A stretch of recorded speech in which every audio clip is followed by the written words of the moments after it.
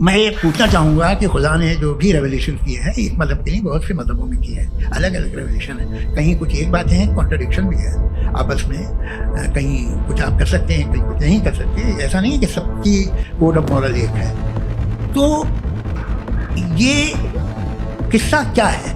اب آپ یہ دیکھیے کہ مجھے کبھی کبھی لگتا ہے کہ جو فٹ بال فائنل ہوتا ہے لاکھوں لوگ ہوتے ہیں، پھر وہ ٹی وی کور کر لی کروڑوں لوگ، اگر اس میں خدا کی ایک دھومی آواز آ جاتی میں گاڈ ہوں تو سارے لوگ ابھی سن لیتے اور ٹی وی پہ بھی سن لیتے، قصہ ختم ہوتا۔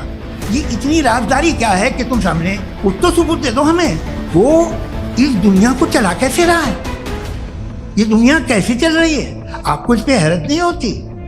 یا قیامت کے بعد کبھی ایک جسٹس ہوگا؟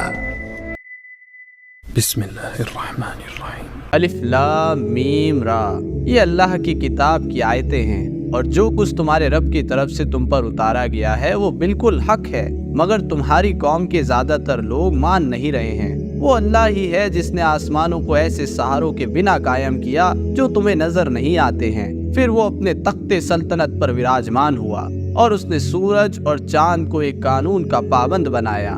اس سارے نظام کی ہر چیز ایک مقرر وقت تک کے لیے چل رہی ہے، اور اللہ ہی اس سارے کام کی تدبیر کر رہا ہے۔ وہ نشانیاں کھول کھول کر بیان کرتا ہے، شاید کہ تم اپنے رب کی ملاقات کا یقین کرو۔ اور وہی ہے جس نے یہ زمین پھیلا رکھی ہے، اس میں پہاڑوں کے کھوٹے گاڑ رکھے ہیں اور ندیاں بہا دی ہے۔ اسی نے ہر طرح کے پھلوں کے جوڑے پیدا کیے ہیں، اور وہی دن پر رات چھا دیتا ہے۔ ان ساری چیزوں میں بڑی نشانیاں ہیں ان لوگوں کے لیے جو غور فکر سے کام لیتے ہیں۔ اس نے آسمانوں و زمین کو حق کے ساتھ پیدا کیا ہے، وہ بہت بلند اور اونچا ہے اس شرک سے جو یہ لوگ کرتے ہیں۔ اس نے انسان کو ایک ذرا سی بوند سے پیدا کیا، اور دیکھتے دیکھتے کھلے طور پر وہ ایک جھگڑالو ہستی بن گیا۔ اس نے جانور پیدا کیے جن میں تمہارے لیے لباس بھی ہیں اور کھانا بھی، اور طرح طرح کے دوسرے فائدے بھی۔ وہی ہے جس نے آسمان سے تمہارے لیے پانی برسایا، جس سے تم خود بھی سیراب ہوتے ہو اور تمہارے جانوروں کے لیے بھی چارہ پیدا ہوتا ہے۔ وہ اس پانی کے ذریعے سے کھیتیاں اگاتا ہے، اور زیتون اور کھجور اور انگور اور طرح طرح کے دوسرے پھل پیدا کرتا ہے۔